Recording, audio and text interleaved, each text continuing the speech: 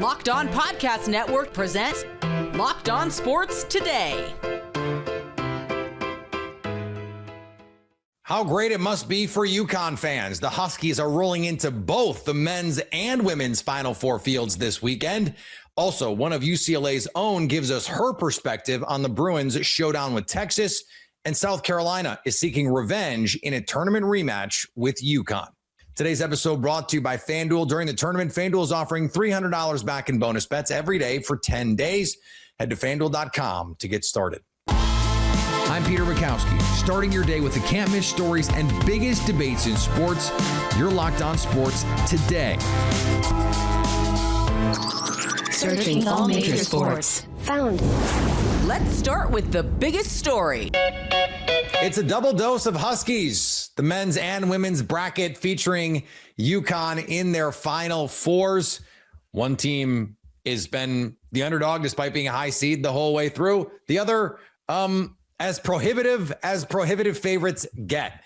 Matt Shonvisky from Locked On Huskies joins me now. And Matt, let's start with the men coming off one of the more thrilling games of the tournament. Not just the thrilling finish, but just a terrific basketball game.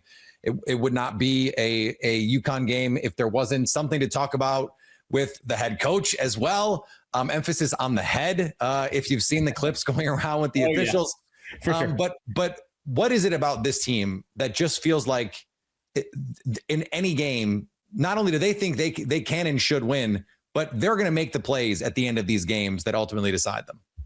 Yeah, it's the experience that this team has. I think you start with Dan Hurley, of course, but on the floor, you've got another basically coach now in Alex Karaban, who's already has 2 national championship rings. Yeah, seems good.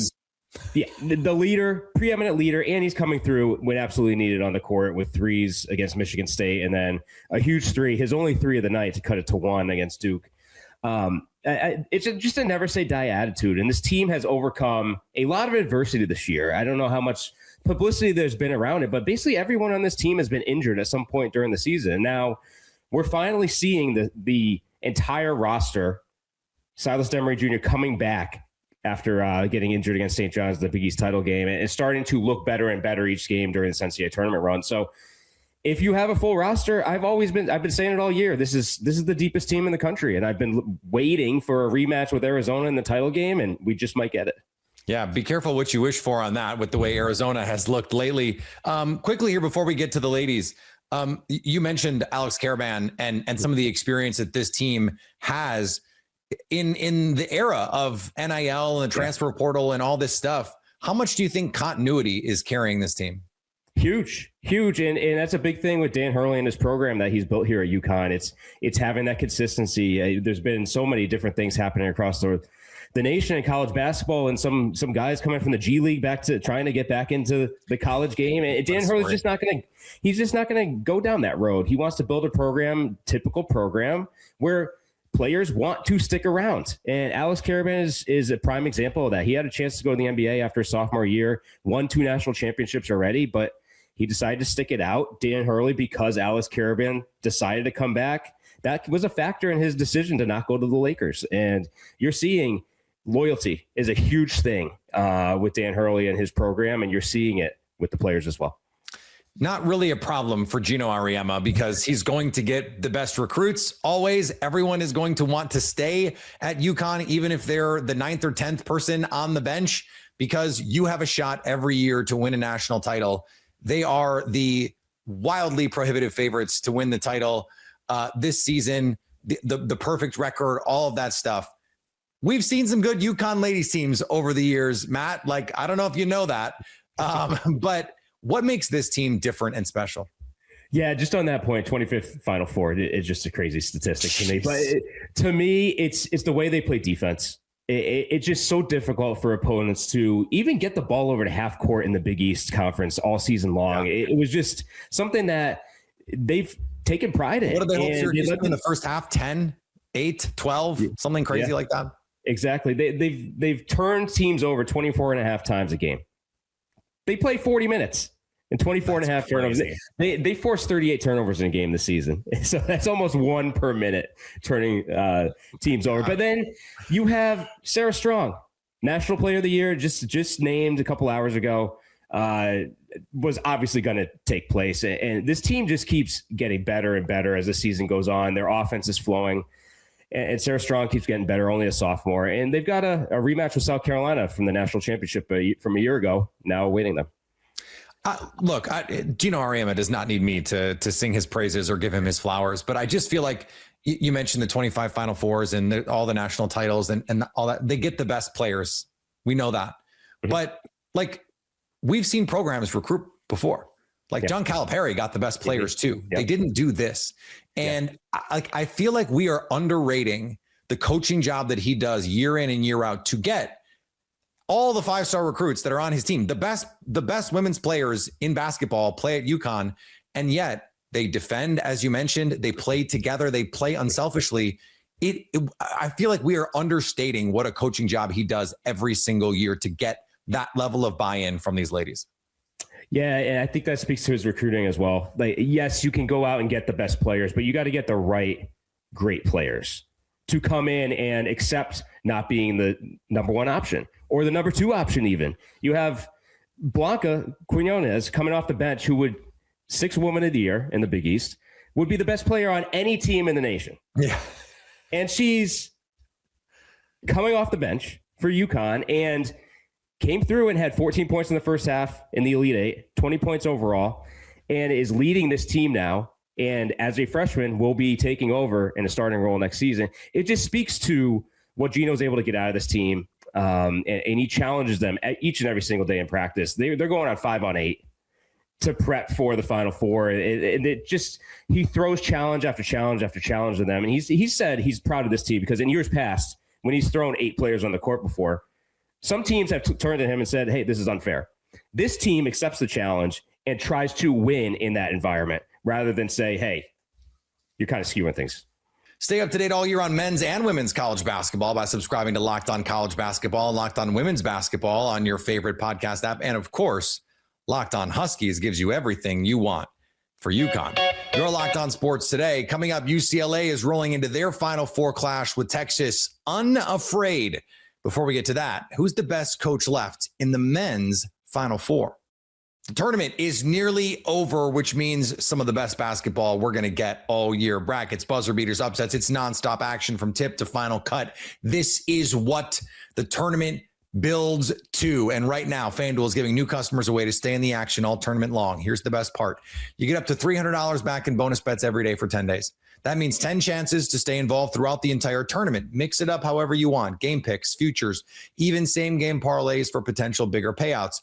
It's perfect for the tournament because every day there's something new, different matchups, new storylines, and more ways to get involved as the bracket unfolds. So visit FanDuel.com to sign up today. That's FanDuel.com to get in on the action. The men's Final Four will feature some newer faces on the bench, prompting Locked On College Basketball hosts Andy Patton and Isaac Shea to debate who's the best coach left in the field and how would you rank them? Welcome back to the set of Fire TV's Bracket Breakdown presented by Xfinity. And Andy, it's time to rank the Final Four coaches. We've got UConn's Dan Hurley now in his 3rd Final Four, Brad Underwood from Illinois, and Tommy Lloyd from Arizona in their very first, and of course, Dusty May in his 2nd, although his 1st at Michigan. I love how you and I were talking about this the other day, and so I want to ask it to you the way you asked it to me. Yeah. If you were starting a collegiate program at one of these 4 players, or frankly anywhere, which of these 4 coaches would you most want to have? It's hard not to pick the coach who's done this the most. Danny Hurley, his record in Sweet 16 Elite 8 matchups is unprecedented. He's been so good. That comeback against Duke, I mean, so much of that was coaching for Hurley and his ability to motivate his team, to get the right players that fit his roster. I mean, again, all 4 of these coaches are great. That's why they're here, right? Like, you don't get to this spot without being phenomenal at what you do. And while I don't think that Lloyd and Underwood not being here is like an indictment on them historically or anything, especially Lloyd, who's only been doing it for a half a decade, but You got to go with Danny. You got to give me Danny at the top because he has done this. He's proven it. He can build a roster. He's done it at mid-major schools. He's done it at UConn. You got to start. You got to start there. Okay, but let me push back on it because there's the whole with Danny Hurley, right? There's the dude after the Braylon Mullins shot. He's walking around the court like this. He's getting up on the referee right. There's all of those moments, and it takes a certain type of player, I feel like, to play for Danny Hurley. Where when you got somebody like Tommy Lloyd that's maybe a little bit more agreeable or something like that, and so like. Does that dock him at all in this specific conversation? No, because he's allowed to pick his team. Like he's proven capable of finding the players that fit. Cam Spencer's the perfect example, right? But even then, like Braylon Mullins fits UConn. Like you can tell he's not just a top tier freshman that happened to go to UConn. He is a kid who fits what Danny Hurley likes to do, what UConn likes to do. You mentioned Spencer, but even some of the transfers they've brought in seem to fit. Silas Demery fits really well. Like if he can.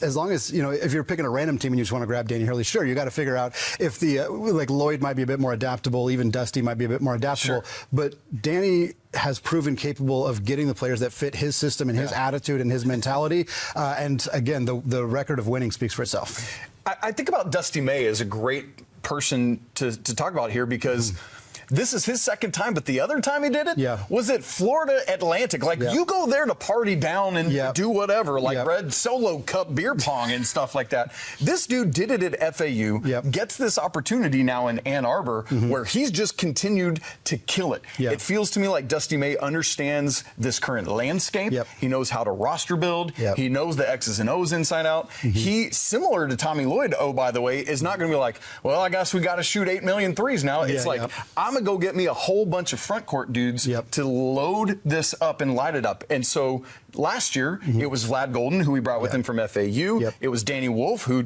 parlayed that into the NBA. And this year, my goodness, you got this three-headed front court monster who all start of Merez Johnson, Adai Mara, and, of course, Yaxel Lendeborg, the Big Ten Player of the Year. And so I think Dusty May definitely, like, he doesn't yet have the accolade of 2 national championships like Coach Hurley does. But, man, what a coach Dusty May is. Anything you want to say about him or either, we've gone in on those first 2 guys. But what about the guys who are here for the first time? I'll say on Dusty May really quickly. When he built that roster at FAU, too, was really guard dependent. Obviously, they had Vlad Golden, like you said, but they had John L. Davis. They had Elijah Martin. Like, he was able to win with guards, and now he's winning with front court. Like, to me, to be able to do that at a mid-major, this at a high major, building the roster that fits what he wants to do, but being adaptable, that is huge. And I think that Tommy Lloyd has a lot, and Brad Underwood, they both have a lot of that. Brad Underwood's team is great offensively all season long, #1 in adjusted offensive efficiency per KenPom, and yet they've been winning with defense in the NCAA tournament. Ability to recruit internationally, again, for him and Tommy. Tommy's phenomenal at that. Team doesn't like to shoot threes, but he builds a roster that fits around that. Great front court. Both have proven to be adaptable. I think that is a huge part of why they're both here in the Final Four. All right, Andy, very quickly from both of us. We're here to rank these coaches 4-1. Go right now. Right. I'm going Danny Hurley. I'm going Dusty May. I'm going Tommy Lloyd. I'm going Brad Underwood. 2 through 4 are all very, very close to me. 2 and 3 in particular. I think that's a toss-up, but that's the order I'm going with. Yeah, I would go Underwood 4. Ooh. Yeah. Man, I think I'm going to go, Tommy Lloyd 3, Dusty May 2, and Hurley 1. Although me personally, I'm a crybaby. I'm weak sauce. I could not play for Danny Hurley, so I want Tommy Lloyd personally for my #1. Great conversation. Man, these 4 coaches, as you said, elite, electric. Final Four Saturday in Indy is going to be lit. There'll be plenty of eyes on UConn versus South Carolina in the Final Four, but UCLA against Texas could produce one of the best games of the year on the other side of the bracket. UCLA forward Angela Dugalich joined Fire TV's Bracket Breakdown show to explain why the Bruins' experience and desperation will get UCLA past the Longhorns in the Final Four.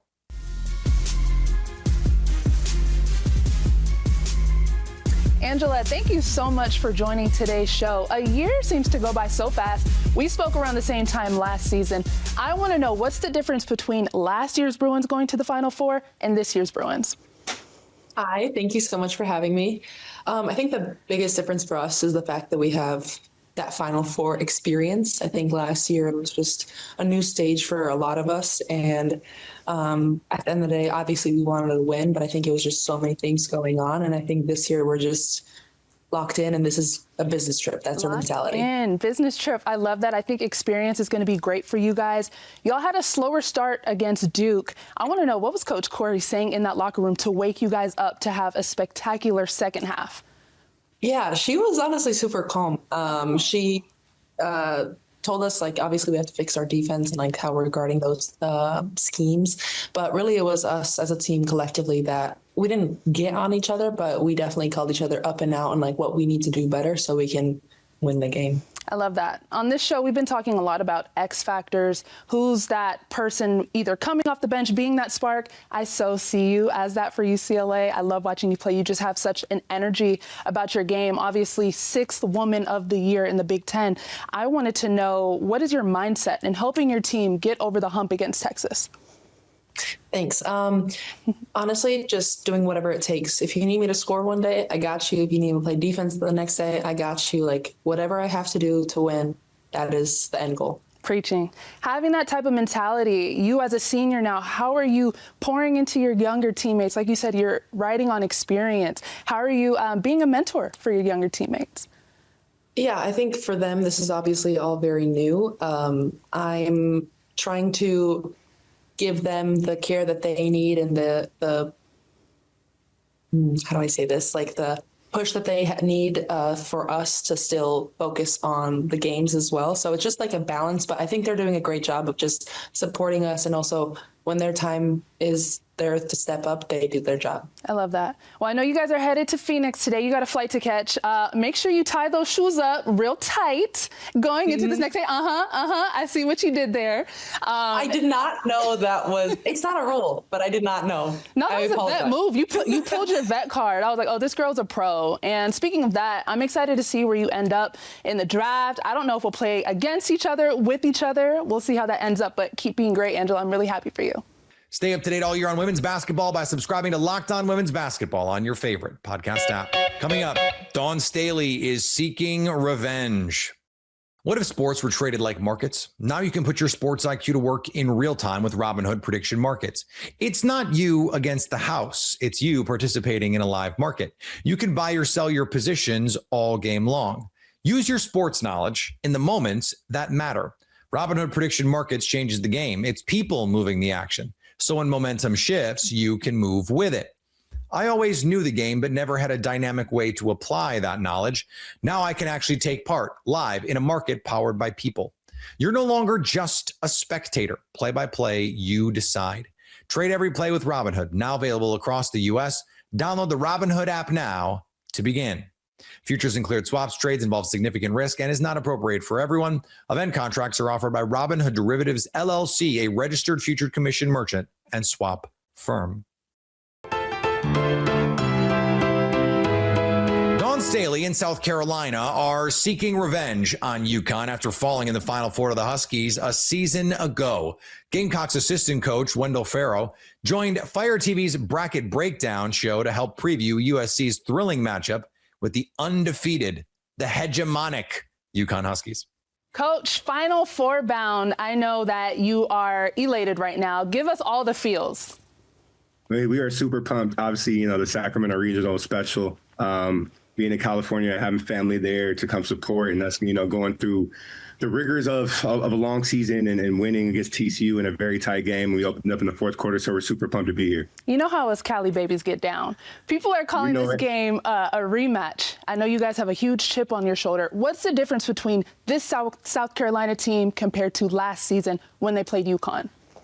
Yeah, I think you see the quality of depth in our scoring ability. We have, multiple people on multiple nights that can score double figures. Our defense identity is still intact. And I just think the motivation to have, better habits and more discipline and detail going into this matchup. You bring up depth. That's something that I've noticed in watching the Elite Eight. I've seen so many unsung heroes. Who do you see that unsung hero being for South Carolina? Yeah, I think last night, Agat Mercure really made her debut. She had 18. Hooping, came off the bench, was able to score, in her defense on the other end against Miles was superb. So her as a freshman be able to impact our team along with veterans like Miriam Dowda, who's coming in and playing defense and rebounding. This shows that we're capable to play 9-10 players that can help us win a ball game. I love that. Coach, you've been a part of some noteworthy programs over the years, a part of some elite programs with superstar players, great coaches. Talk us through being in the locker room with Dawn Staley, being a part of her staff. What type of level is that? Yeah, she is a real life GOAT, a GOAT person. The way that she cares for people, her intentionality with the people in her office, from us to her players, to her staff, to her managers. She never overlooks anyone. I think she identifies team in everything we do, so we embody that as well. So with that type of mindset, a lot of teams go into a game facing UConn feeling intimidated. Why is South Carolina not going to be intimidated going into this game? I think ultimately because we're South Carolina, we believe in who we are and what we do, and we always keep the focus on ourselves and not our opponents. So if we bring our habits to the basketball game, we'll have a good chance to have the outcome that we're pursuing. I love that. Last question for you, Deli. Coach Gino brought up a point about the conditions at the tournament not being favorable for athletes and affecting three-point percentage potentially. I want to know if that's something that you've noticed as well.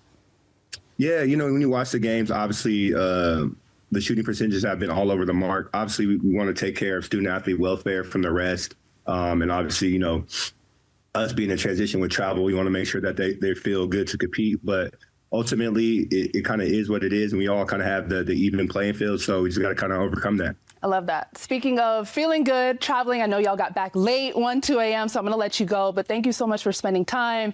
Good luck, Deli. I'm cheering for you. I'm so happy for you. Keep up the great work. Thank you so much. Shout out to everybody in the Final Four. So let's make it good for women's basketball. And finally, the NCAA might finally be drawing a clearer line, at least for now.